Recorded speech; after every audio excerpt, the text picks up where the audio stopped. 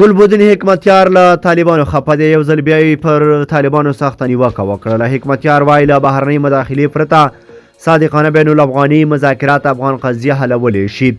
د حزب اسلامي مشر ګلبدین حکمتیار د ملګرو ملتونو له لوري د افغانستان د وضعیت په اړه د نوي استازي ټاکل غندلي او دغه اقدام یې د تیرو ناکامو تجربو تکرار ګڼلی دی.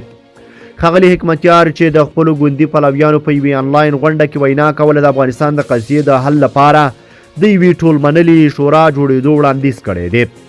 د هغه په وینا تیرو 40 کلونو تجربو ته په کتلو ملګري ملتونه نشي کولی چې د افغانستان قضیه حل کړي. د دغه سازمان له لوري د نوي استازي ټاکل د بن کانفرنس ته ورته ناکامه اقدام دی. د افغانستان قضیه هغه وخت حل کیدی شي چې د بهرنیو مداخلې پرته ټولې خواوې په صادقانه ډول مذاکرات ترسره او د یوې داسې شورا جوړېدو پر سر هوکړې ته ورسیږي چې د ټولو په توافق د هر تصمیم صلاحیت ولري.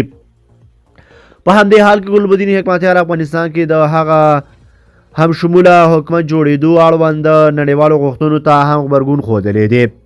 هغه ویلي دغه شان غوښتنې په دې معنا دي چې زموږ په فرمایش او غوښتنه حکومت جوړ کړئ. تر دې وړاندې هیواد دوو پخوانیو ولسمشرانو حمید کرزي او محمد اشرف غني هم په خپلو مکررو ویناوو کې د بین الافغاني مذاکراتو پر پیل ټینګار کړی. ویلي دي چې په یو میز د افغانانو راټولېدل د هیواد بحران حلولی شي.